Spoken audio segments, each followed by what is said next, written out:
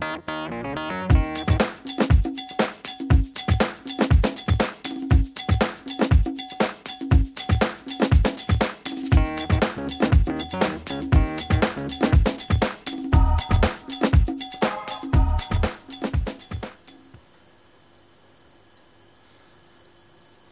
everyone, welcome back. Just going to show you now the America, which I put the front wheel on, took it off the stand just to see how low it's gone, and it's gone pretty low. So, well, I'll just give you a quick look at that.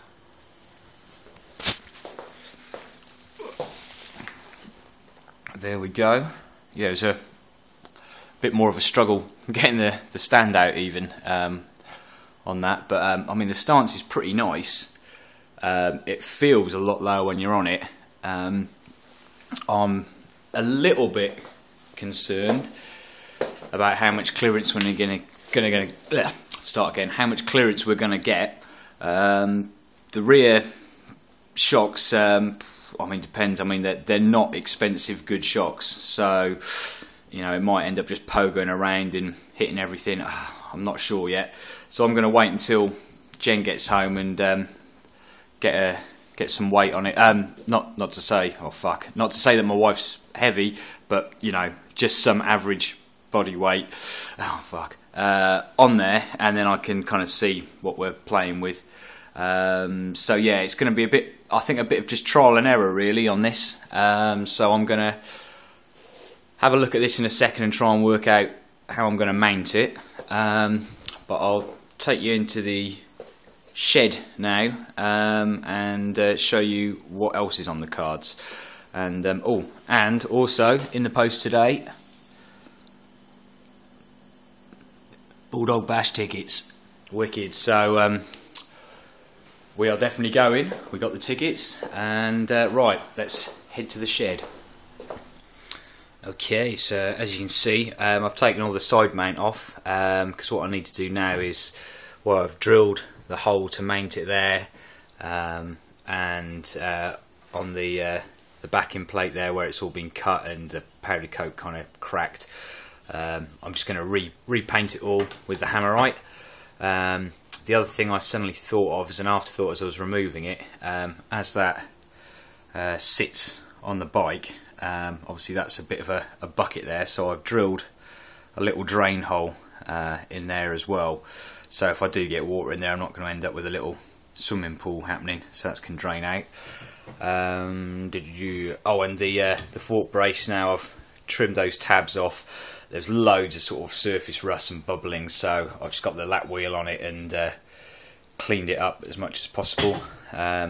Just tidied up the sides there, so that's ready for some Hammerite action. So yeah, it's time to start Hammeriting.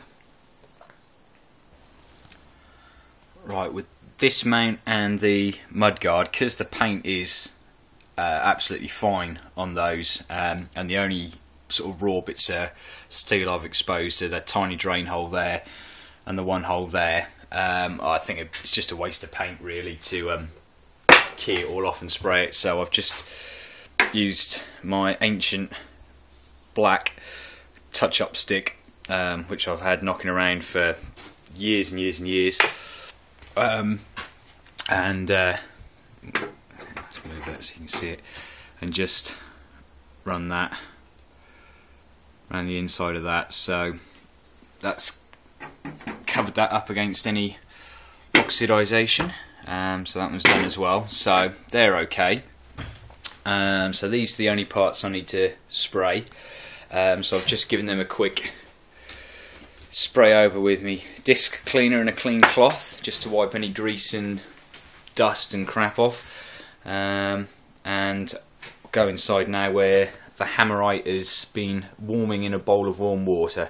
I've had the little heaters on in here to bring the temperature up, so it's positively balmy in here.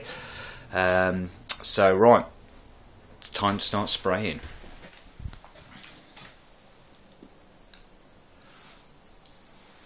Right, the paint's drying on the side mount and the fork brace, so I've started having a hack around with the rear mudguard. So I've got a few holes drilled in for mounting, lopped off the back end of it. Don't need that. Square it off. So now I've just got to get rid of the mounts on the side. So what I've done is just drawn the radius of that, and then I can match that up there and draw it out on here. So put this down, cut that out, and get a bit more grinding going.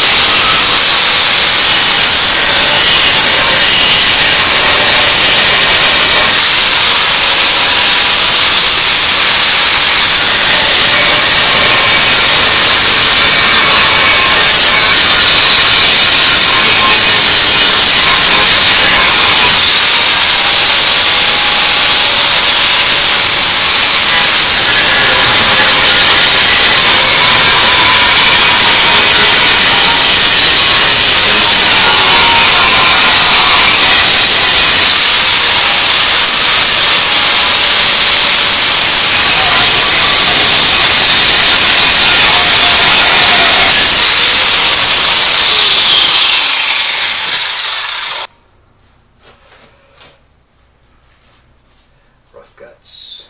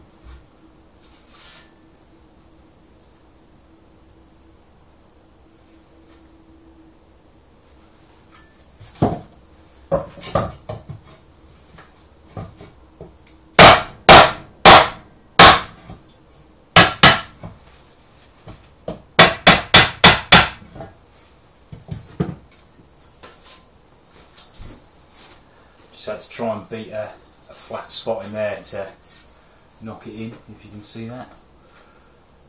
No idea what I'm really doing here, just sort of fingers crossed and hoping something will work. But I think that might go and we'll try, so I'll go and offer that up. Right, the mudguard is bolted on. It looks really nice, but I am a little concerned still about it bottoming out. I've sat on it and I can kind of, as I'm sitting on it, grab the swing arm and make it touch the underside, or almost touch the underside of this. It's at the moment I've just stuck a bolt through there to simulate when the seat's on. There's a bolt on the back of the seat which will also hold this, and the 2 bolts there. So what I'm going to experiment with, what I've had to do to get it to fit in there, I mean, it looks a bit of a mess at the moment, but I've cut in here and almost made a tab, a flat tab there.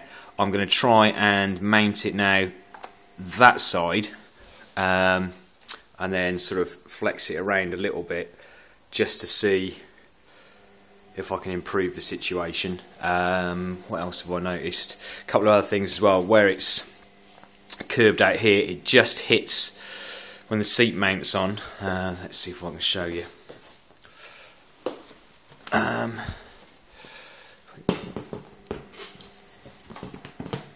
Pop the seat on like that.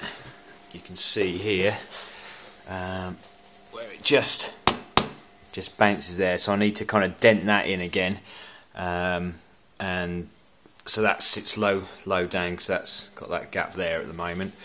But then in doing that, I'm just wondering how much space. It's all a bit of trial and error really at the moment, But I'll keep fettling around, and that was fettling, not fucking, but I suppose both applies.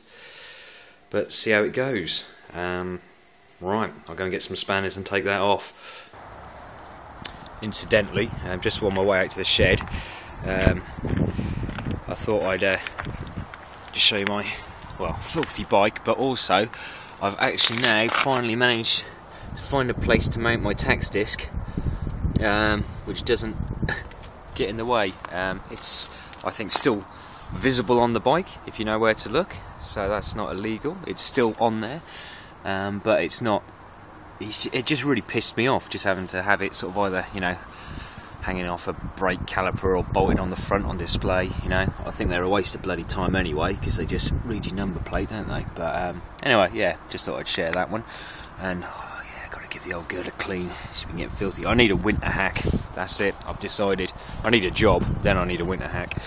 But there we go. Anyway, into the shed. Well, as you can probably see, different shocks on the back. Unfortunately, those little tiddly lowered ones are just not going to work. They're just too short for the quality that they are. I mean, they're just like a pogo stick. You know, they're just boing boing boing boing. It's going to be a crap ride. So I've actually put they're my old Bonneville shocks back on, so that's actually higher than stock. It's not a hell of a lot of difference aesthetically. Obviously chrome's the enemy on this one, but I don't know, it's not too much. It's that and the engine cases and the exhaust, so I think we can live with that. But in trying to get the mudguard to fit, I've reshaped it and everything to try and get it to fit with the shorter shocks, and it was just it was too close for my liking. I think, you know, if you were going to hit a pothole or anything, and you know, so I don't know, still going to do a bit of thinking on this. So yeah, I'm afraid that's it for today. Just a bit of a mishmatch of bits and bobs, no real progress, a couple of steps backwards. Yeah, until next time, I'm calling it a day now. But wait, I just lied, just tidying stuff up, and I think I might have another idea, so maybe let's end on a bit of a teaser. Just looking at it, I've acquired another one of my road signs, and wondering about making a different seat pan and incorporating the mudguard as well. So if you can see this, obviously it'll probably be slightly more tailored than that. I've just given it a quick bend over the tyre just to see what it will look like, but I don't know, it's a bit difficult to film this whilst balancing it all, but yeah, the old thought process, the cogs are whirring, so right, that really is it. Until next time.